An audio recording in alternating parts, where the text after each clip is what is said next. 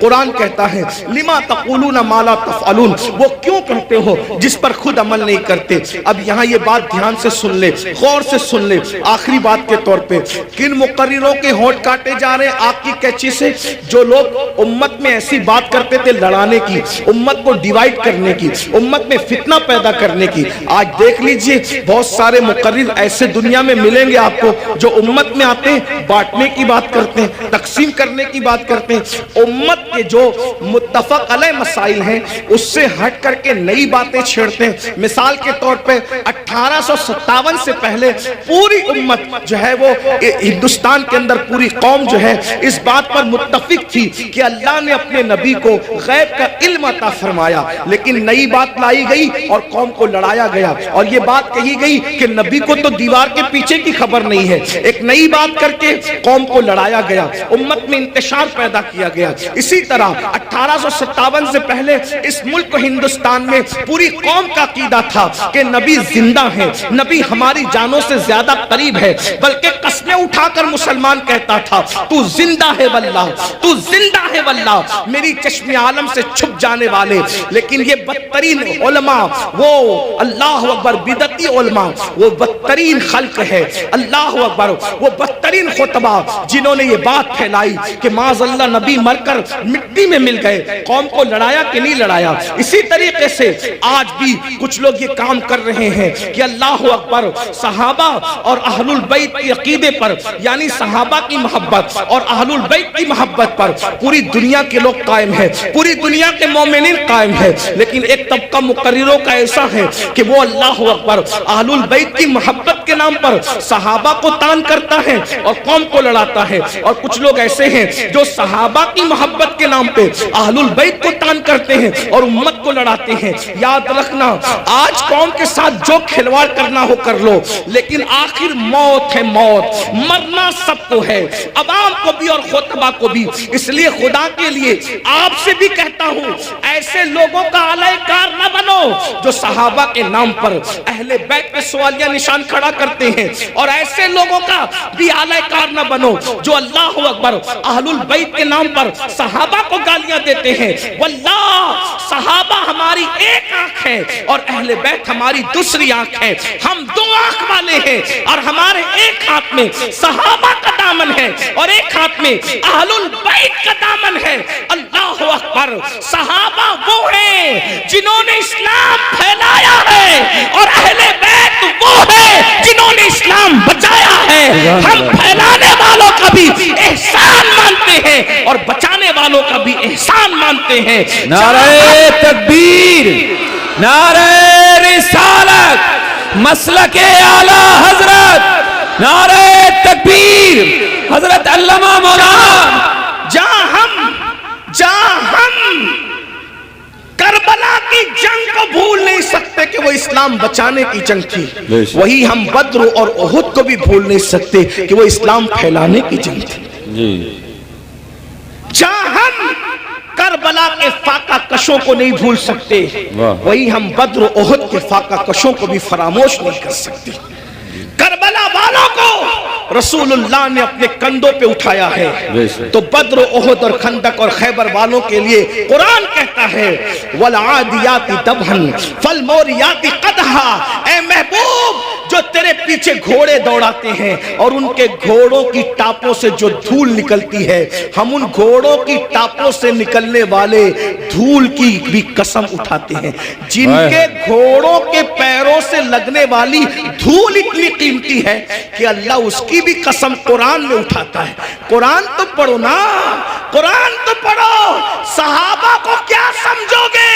ارے صحابہ کا گھوڑا اتنا قیمتی ہے کہ اس کے پیر سے جو مٹی لگتی ہے اور اس سے جو دھول اڑتی ہے، اللہ اس دھول کی قسم کی بھی اور اس دھول کی بھی قسم اٹھا کر کے بتاتا ہے جس کے گھوڑوں کی ٹاپ سے لگنے والی دھول ہمارے نزدیک اتنی قیمتی ہے تو صحابہ کا گھوڑا کتنا قیمتی ہوگا، اور جب وہ صحابی کا گھوڑا قیمتی ہے تو اس پہ بیٹھنے والا صحابی کتنا قیمتی ہے۔ سبحان اللہ، سبحان اللہ۔ ذرا غور کیجئے، اس لیے ایمان بچانا ہے تو اعتدال کے مسلک پہ رہیے، اور یہ فکر اعتدال 14ویں صدی میں جن علماء نے دی ہے اس کے سردار کو امام اہل سنت کہتے ہیں، اور وہ اہل سنت کا امام کہتا ہے اہل سنت کا ہے بیڑا پار، اصحاب حضور نجم ہے اور ناؤ ہے، اطرت رسول اللہ کی۔ تو وہ خطبہ جو فتنہ پھیلاتے ہیں وہ یہ بھی کہتے ہیں بھئی مزار پہ کیوں جاتے ہو؟ مزار پہ جانا تو شرک ہے، نہ جاؤ مزار پہ، فتنہ پھیلا۔ ہم کہتے ہیں آپ ذرا ہوش سے بات کریں، کیا مزار پہ جانا شرک کیسے ہو سکتا؟ رسول اللہ نے مزار پہ جانے کا حکم دیا، اور تو کیا معاذ اللہ حضور مزار پہ جانے کا جو حکم دے کر کیا شرک کا حکم دے رہے معاذ اللہ؟ کیا حضور علیہ السلام نے یہ نہیں فرمایا؟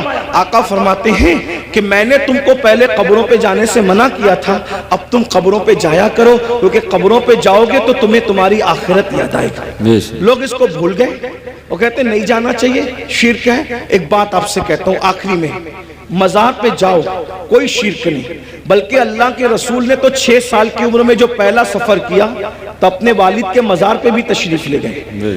اور بخاری مسلم آپ اٹھا کر کے دیکھیں، سیاستہ اٹھا کے دیکھیں کہ حضور علیہ السلام شہدائے احد کے مزارات پہ خود تشریف لے جاتے تھے۔ شہدائے احد کے مزارات پر اللہ کے رسول خود تشریف لے جاتے تھے۔ سید الشہداء امیر حمزہ کے مزار پر سیدہ فاطمہ الزہرا خود تشریف لے جاتی تھی۔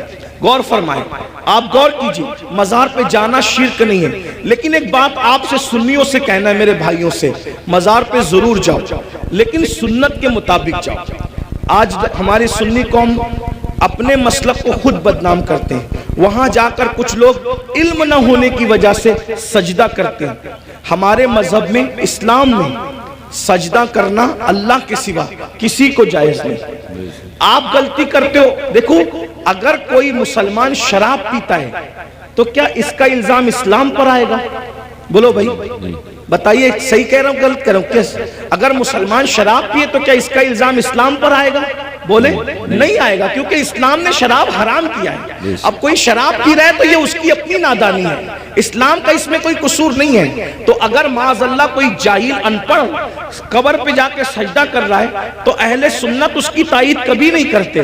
ہمارے امام سیدی اعلیٰ حضرت نے تو پوری کتاب لکھی، الزبدۃ الزکیہ، سجدے تعظیمی کی حرمت پر آپ نے پوری کتاب لکھی۔ تو غیر اللہ کو سجدہ تعظیمی حرام ہے، اور معاذ اللہ اگر عبادت کی نیت سے کرے تو شرک ہے۔ یہ ہم اہل سنت کا مسلک ہے۔ سجدہ کرنے کے بارے میں ہم سنیوں کو لوگ بدنام کرتے ہیں، جھوٹ بولتے ہیں، تجاؤل عارفانہ سے کام لیتے ہیں کہ ہم تائید کرتے ہیں۔ ہمارے کسی سنی ذمہ دار عالم نے کبھی قبر پر سجدہ کرنے کی اجازت نہیں دی، اس کی تائید نہیں کی۔ بھائی اگر ہم قبروں کو سجدہ کرتے تو پھر ہم مسجدیں کیوں بناتے؟ ہم اتنی محنت کر کے چندے کر کے مسجدیں کیوں بناتے؟ بھئی جو قبروں کو سجدہ کرے گا اس کی مسجد کیسے ہوگی؟ ہماری مسجدیں ہیں، اور آج بھی اتنی گنڈا گردی لوگوں نے کی ہمارے ساتھ، آج بھی پورے ملک ہندوستان میں نہیں بلکہ پوری دنیا میں سب سے زیادہ اگر کسی کی مسجدیں ہیں تو وہ صرف اور صرف ہم اہل سنت و جماعت کی مسجد۔ بے شک، سبحان اللہ۔ اتنی مسجدوں پر قبضہ کیا، ناجائز قبضہ کیا، چھینا، پھر بھی سب سے زیادہ مسجدیں ہماری ہیں۔ الحمدللہ دلی کی جامع مسجد کے بانی سے لے کر مراد آباد کی جامع مسجد کے بانی تک تاریخ اٹھا کر کے دیکھ لو، سب کے سب آپ کو اہل سنت ملیں گے، کوئی اہل بدعت آپ کو نہیں ملے گا، الحمدللہ رب العالمین۔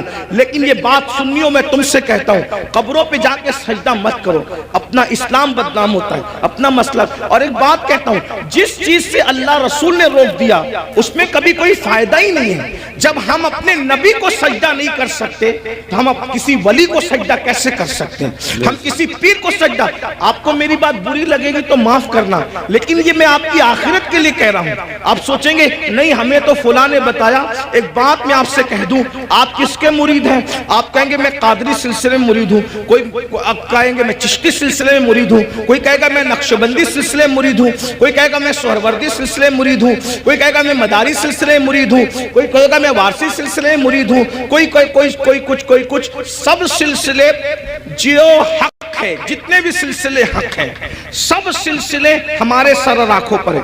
لیکن یہ علماء کی موجودگی میں ایک بات میں آپ سے کہوں ذمہ داری کے ساتھ، یاد رکھیے کسی بھی سلسلے سے مرید ہونا اس وقت تک کام نہیں آئے گا جب تک کہ تم پہلے شریعت کے مرید نہ بنو. بے شک.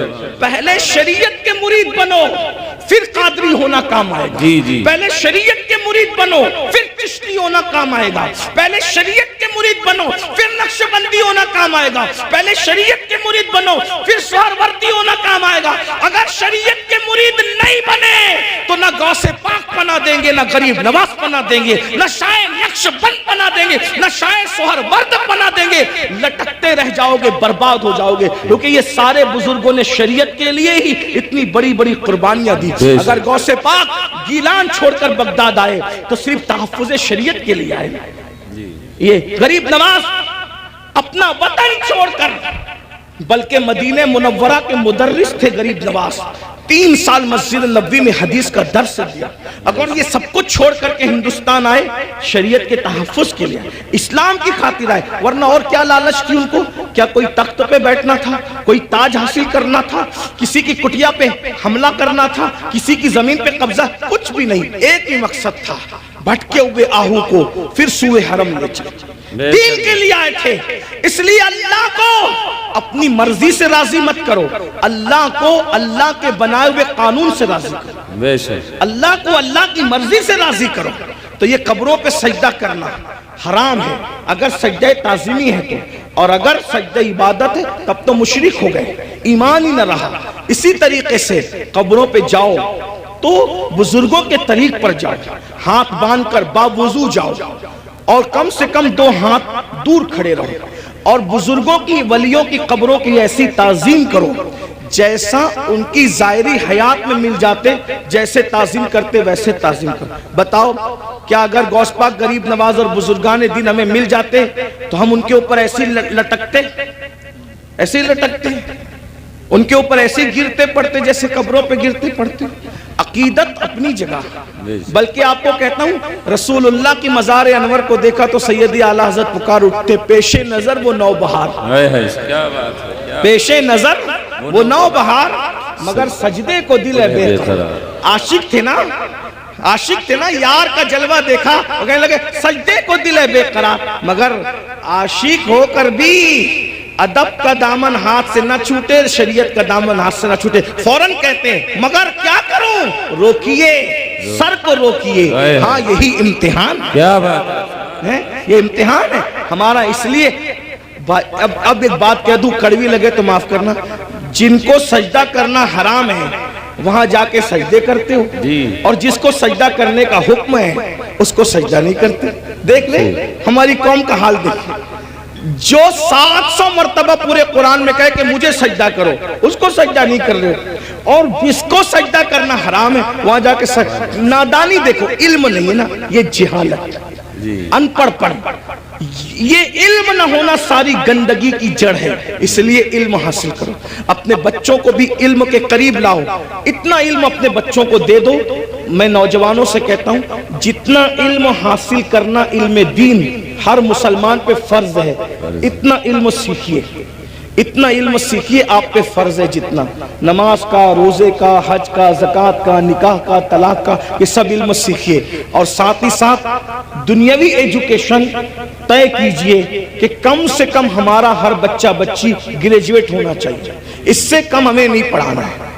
چاہے اس کے لیے ہمیں نوکری کرنا پڑے، 8 گھنٹے کی بجائے 12 گھنٹے محنت کرنا پڑے، علم کی طرف پیش رفت کرو. اور یہ صرف جلسوں کی حد تک نہیں، عہد کر کے اٹھو کہ مجھے، ہمارے ماہریرہ کے مشائخ نے اعلان کیا آدھی روٹی کھائیں گے، بچوں کو پڑھائیں گے. اگر آدھی روٹی کھانا پڑے تو کھاؤ، اپنے بچوں کو پڑھاؤ. اگر عید پہ کپڑے نہیں بنتے تو نہ بنے، لیکن بچوں کی فیس ہمیں ضرور بھرنا ہے. اچھے سے اچھے اسکول میں ان کا داخلہ کرانا ہے، اچھے سے اچھے اسکول میں ان کو جو ہے ایڈمیشن ان کا کروانا ہے، اور ان کو اعلیٰ تعلیم دلانا ہے. اگر ہندوستان کا مسلمان صرف 1 دہائی 10 سال ایجوکیشن پہ محنت کر لے، 10 سال، ملک کے حالات بدلیں. ایک شخص کہہ رہا تھا کہ ہم اپنی قوم کے ہاتھ میں تلوار دیں گے. میں نے کہا تم جو چاہے کرو، ہم تمہیں کچھ نہیں کہتے، لیکن ہم اپنی قوم کے ہاتھ میں تلوار نہیں دیں گے. ہم مسلمان اپنی قوم کے ہاتھ میں تلوار نہیں دیں گے، ہم اپنی قوم کے ہاتھ میں قلم دیں گے. قلم، جس کو تلوار دینا ہے وہ دے، تم جانو تمہارا کام جانو، لیکن مسلمانوں سے ہم ہر جلسے میں اپیل کرتے ہیں کہ ہم اپنے بچوں کے ہاتھ میں تلوار کیا، ہم تو گلیل بھی دینا نہیں چاہتے آج کی تاریخ میں، ہم قلم دینا چاہتے ہیں۔ یاد رکھنا تلواریں اٹھتی ہے تو گردنیں کٹتی ہے، اور جب قلم اٹھتا ہے تو غربت کٹتی ہے، جب قلم اٹھتا ہے کمزوریاں کٹتی ہے، قلم اٹھتا ہے دشمن زیر ہوتے ہیں، قلم اٹھتا ہے انقلاب آتا ہے۔ میرے نبی قلم اور کتاب لے کر کے آئے تھے، اس لیے کوئی بچہ ان پڑھ نہ رہنے پائے۔ جو کچھ ہوا، اور جو بچے 10ویں 12ویں پڑھ کے ڈراپ آؤٹ ہو گئے، ہٹ گئے، ان سے میں کہتا ہوں آج گھر بیٹھ کر کے بہت سارے کورسز کیے جا سکتے ہیں۔ اس لیے موبائل میں گیم کھیل کر وقت ضائع کرنے کی بجائے، ادھر ادھر بیٹھ کر اس کے اوٹے پر اس کے نکڑ پہ بیٹھ کر وقت ضائع کرنے کی بجائے، بچیوں سے بھی کہتا ہوں اگر 10ویں 12ویں پڑھ کر کے چھوڑ دیا ہے تو بہت سارے ایسے آج کورسز ہیں کہ گھر پہ بیٹھے بیٹھے آپ تعلیم حاصل کر سکتے ہو۔ لاک ڈاؤن کے اندر میں بھی جو ہے وہ 11ویں پڑھ کے میں نے چھوڑ دیا تھا۔ میرے 11ویں پڑھ کے چھوڑنے کا واقعہ بھی ایک عجیب سا ہے۔ اصل میں سنی دعوت اسلامی کے ماحول میں تھا۔ میں 11ویں میں جب جونیئر کالج میں میرا ایڈمیشن ہوا، ماں باپ کی تمنا تھی کہ اس کو ٹیچر بنائیں گے، تو خاص طور پہ امی کی تمنا تھی اس کو ٹیچر بنائیں۔ میں جیسے ہی جونیئر کالج میں نے قدم رکھا تو دیکھا کہ لڑکے اور لڑکیاں ساتھ پڑھتے ہیں اور بے پردہ ہیں، اور 11ویں پہنچنے کے بعد سب بالغ ہو گئے۔ تو اتنا شعور نہیں تھا مجھے، لیکن اتنا تو تھا کہ لڑکیوں کے ساتھ نہیں بیٹھا جا سکتا بے پردہ۔ تو میں نے ٹیچر سے کہا، کلاس ٹیچر سے، عبدالعزیز سر ہمارے تھے، میں نے کہا کہ لڑکیوں کے ساتھ تو بیٹھنا ناجائز ہے۔ وہ ہنسنے لگے، بولے حیرت ہے اس دور میں ایسی بات کوئی کرتا ہے، تو پاگل تو نہیں ہوا؟ میں نے 1 مہینے تک کے یہ بات کرتا رہا۔ آخر ہمارے پرنسپل نے کہا ایسی بات نہیں۔ میں نے کہا یا تو ڈیوائیڈ کر دیں یا تو پھر ہم چلیں، اور میں نے جو ہے وہ پھر اس کے بعد چھوڑ دیا۔ میرے سر میرے گھر تک آئے، اتفاق سے وہ میرے ابا کے بھی کلاس ٹیچر رہ چکے تھے، میرے بھی ایک ہی اسکول میں، ہمارے ابا نے ہی پڑھا ہم نے بھی پڑھا۔ تو وہاں پر وہ آئے، کہا کہ ابا، وہ کہا کہ تیرے بیٹے کو سمجھا کہ یہ پاگل تو نہیں ہوا ہے؟ میں نے کہا کچھ بھی ہو میں نے نہیں پڑھنا، شریعت نے منع کیا، حالانکہ آپ ایسا نہیں کرنا۔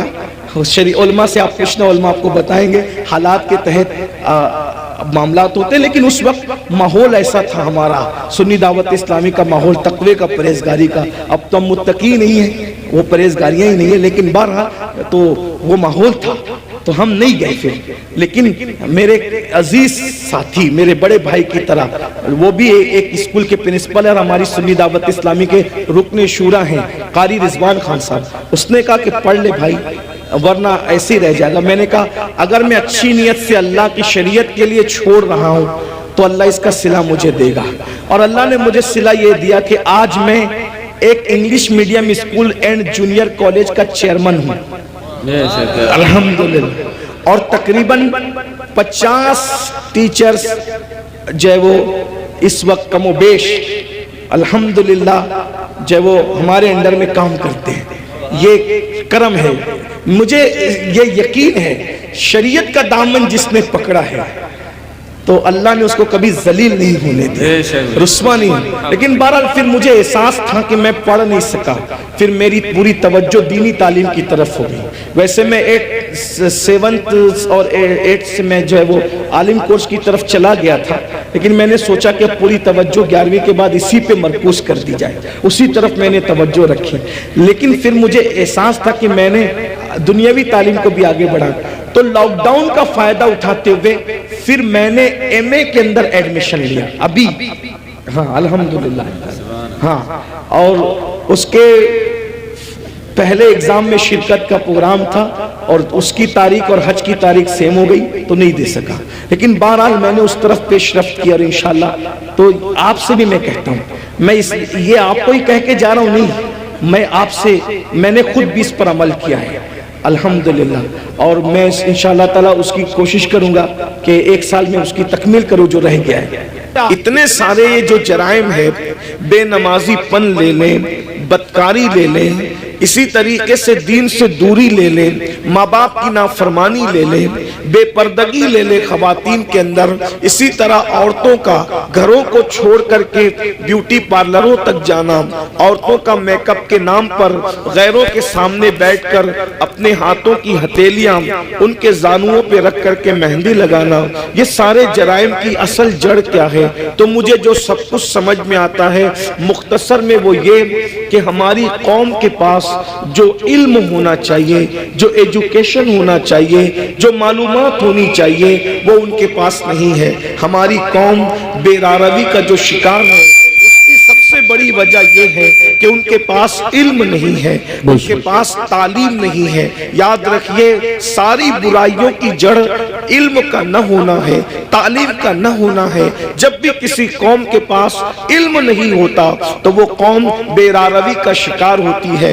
آپ خود دیکھیں، آئیے میں آپ کے سامنے علم کی برکت رکھنا چاہتا ہوں، بہت توجہ کے ساتھ آپ سنیں۔ اللہ کے رسول علیہ السلام جب زمین پہ تشریف نہیں لائے تھے تو اس وقت مکے ہی کی حالت صرف دیکھ لیں۔ ابھی میں پوری دنیا کی بات نہیں کرتا، ابھی پوری دنیا کا ذکر نہیں کرتا، صرف ایک شہر مکہ المکرمہ کا ذکر کرتا ہوں۔ ذرا غور کریں، مکہ المکرمہ کون سا شہر ہے جسے قرآن کہتا ہے وَمَن دَخَلَهُ كَانَ آمِنًا، کہ جو اس میں داخل ہو گیا وہ امن میں آ گیا۔ امن والے شہر کو کتنی گنڈا گردی کا سامنا تھا، اللہ اکبر۔ جو شہر امن والا تھا، جو شہر حرم ہے، جہاں کی گھاس اکھاڑنے کی اجازت نہیں، جہاں کے جانوروں کو ستانے کی اجازت نہیں، جہاں جانور سائے میں بیٹھ جائے تو اس کو اٹھانے کی اجازت نہیں، جہاں جانور کو دھمکانے کی اجازت نہیں، جہاں جانوروں کے جنگلی جانوروں کے انڈوں کو توڑنے کی اجازت نہیں، اللہ اکبر، جہاں اللہ اکبر اہل احرام پر حرم میں شکار کرنے کی اجازت نہیں، ایسے حرم کے اندر لوگ اپنی بیٹیوں کو اپنے ہاتھ سے زندہ دفن کر رہے تھے۔ حدود حرم کے اندر، بالکل حرم کے سامنے، ایک تو حرم وہ ہے، ایک تو حرم وہ ہے جس کو اللہ و رسول نے حرم کے طور پر حدود مقرر کی ہے، لیکن ایک تو مسجد حرام ہے، یعنی حرم میں بھی جو بہت اعلیٰ درجہ رکھے اسے مسجد حرام کہتے ہیں۔ بالکل مسجد حرام کے سامنے اپنی بیٹیوں کو اپنے ہاتھوں سے زندہ دفن کر رہے تھے۔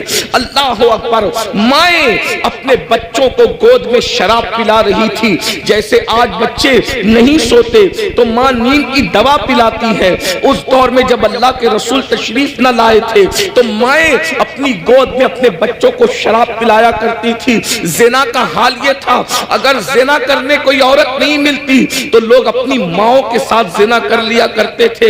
اتنی گندگی تھی کہ ایک ایک عورت کئی کئی مردوں کے ساتھ اپنا رشتہ اور تعلق رکھا کرتی تھی۔ اللہ اکبر، ذرا غور کریں اس گندے ماحول میں جبکہ جانوروں کے ساتھ بدکاری ہو رہی ہے، ماں کے ساتھ بدکاری ہو رہی ہے، ماں کی گود میں شراب پلائی جا رہی ہے، اللہ کے گھر پہ 360 بت رکھ دیے گئے ہیں، ننگے ہو کر کعبے کا طواف کرتے ہیں، عورتوں کو منحوس سمجھتے ہیں، بیواؤں کو منحوس سمجھتے ہیں، بیواؤں کے ساتھ بدسلوکی کرتے ہیں، کمزوروں پہ ظلم کرتے ہیں، کمزوروں کا مال کھا جاتے ہیں۔ جب اللہ کے رسول تشریف لائے، اللہ کے رسول علیہ السلام نے اتنا گندا ماحول دیکھا تو ماحول دیکھنے کے بعد حضور علیہ السلام نے ان کے سامنے نماز کی بات نہیں کی۔ ذرا میں توجہ چاہتا ہوں آپ سب کی، اہل منبر کی بھی توجہ چاہتا ہوں، ذرا غور کریں ماحول کتنا بگڑا ہوا تھا۔ حضور علیہ السلام نے پہلے دن نماز کی بات نہیں کی، پہلے دن روزے کی بات نہیں کی، پہلے دن حج کی بات نہیں کی، پہلے دن زکوٰۃ کی بات نہیں کی،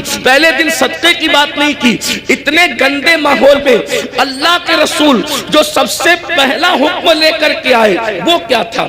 اتنے گندے ماحول میں سب سے پہلا جو حکم لائے وہ کیا تھا؟ تو قرآن کہتا ہے اقرا بسم ربک الذی خلق خلق الانسان من علق۔ اللہ اکبر، اندازہ فرمائیں اس گندے ماحول کے اندر حضور سب سے پہلے علم کی بات لے کر آئے، پڑھو لکھو پڑھو لکھو، کیونکہ حضور جانتے تھے جس دن ان کو پڑھنا لکھنا آ گیا اس دن ان کی زندگی بدل جائے گی۔ اور اللہ کے رسول علیہ السلام اللہ کی کتاب لے کر کے آئے، اللہ کے رسول ہمارے نبی کتاب کتاب لے کر آئے. ہمارے نبی صاحب کتاب نبی ہے, صاحب کتاب پیغمبر ہے, صاحب کتاب رسول ہے. اور کون سی کتاب لائے؟ اسے قرآن کہا جاتا ہے. قرآن کو قرآن اس لیے کہا جاتا ہے کہ کوئی کتاب اتنی نہیں پڑھی گئی جتنا قرآن پڑھا گیا ہے, اور جتنا قرآن پڑھا جائے گا اتنی کوئی کتاب پڑھی نہیں جا سکتی. یہ چیلنج ہے, یہ قرآن کا معجزہ ہے کہ دوست تو پڑھیں گے, اس کو دشمن بھی پڑھتے نظر آئیں گے. یہ قرآن ہے. حضور قرآن لے کر کے آئے.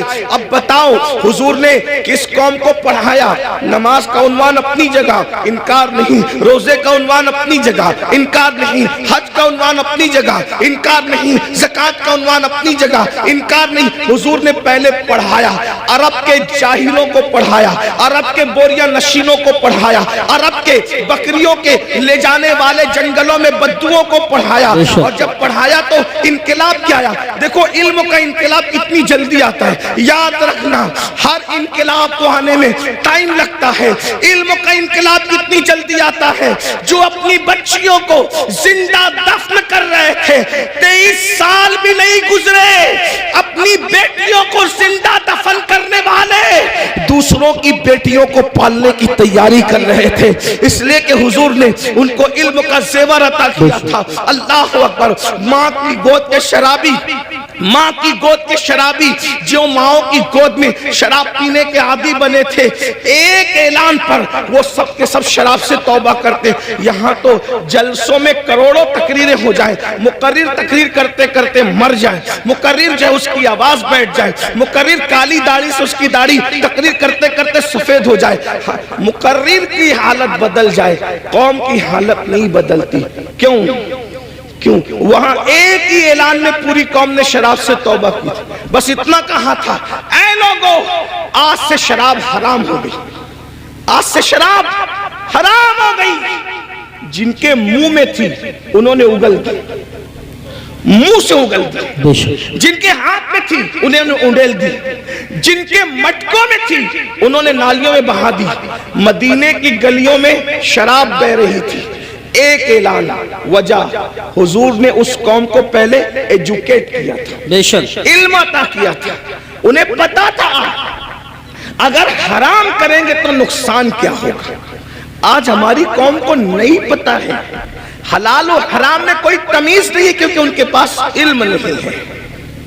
آج ہماری قوم کو غسل اور وضو نہیں پتا ہے, ان کے پاس علم نہیں ہے. اگر وہ شادی میں ڈی جے لگا رہے ناچ رہے تو ان کو پتا نہیں ہے کہ اس کا نقصان کیا ہے. وہ یہ سمجھتے ہیں اللہ ناراض ہوگا تو سزا دے گا, لیکن اللہ کی سزا کیا ہوگی, اس کی شکلیں کیا ہوگی, یہ انہیں کچھ پتا نہیں. جس دن انہیں پتا چل جائے کہ خدا کی عذاب کی شکلیں کیا ہوتی ہے, ایک جلسے میں تو نہیں بتایا جا سکتا, لیکن تھوڑے سے وقت میں اشارہ کرنا چاہتا ہوں. جس دن پتا چل جائے نا میرے بھائی کہ خدا کی عذاب کی شکلیں کیا ہوتی ہے, تو بندہ قدم اٹھانے سے بھی پہلے سوچے گا کہ میں یہ قدم اٹھاؤں کہ نہیں اٹھاؤں. آج ہماری قوم کو بس اتنا پتا ہے, کلمہ پڑھ لیا ہم مسلمان ہو گئے, گوشت انڈا مچھلی کھاؤ اور ہم مسلمان ہیں, جمعہ 2 رکعت پڑھنے چلے جاؤ ہم مسلمان ہیں, عید میلاد النبی آئے تو جلوس میں شرکت کرو ہم مسلمان ہیں, محرم آئے تو محرم کی محفلیں سجا لو ہم مسلمان ہیں, اسی طریقے سے 11ویں آئے تو غوث پاک کی نیاز کر لو ہم مسلمان ہیں, چھٹی آئے تو اجمیر شریف والے سرکار کا ذکر کر لو ہم مسلمان ہیں, سفر کا مہینہ ہے تو ساری قوم مل کر کے بریلی شریف کے قریب رہتے ہیں اس سے اعلیٰ حضرت میں شریک ہو جائے ہم مسلمان ہیں. لیکن پتہ ہی نہیں ہے, تقاضا نہیں ہے کہ اسلام کیا کہہ رہا ہے, ہم سے کیا کہہ رہا ہے, اللہ ناراض ہوگا تو کیا کرے گا, کس طریقے کا عذاب دے گا, اس کے عذاب کی شکلیں کیا ہوگی. قرآن کہتا ہے ان عذاب ربک لواقع ما لہ من دافع, بے شک تیرے رب کا عذاب واقع ہو کر رہے گا. اور جب اللہ تجھے عذاب دینے کا فیصلہ کر لے تو اس وقت تو اللہ کے عذاب سے تجھے کوئی روک نہیں سکے گا. ان بطش ربک لشدید, تیرے رب کی پکڑ بڑی سخت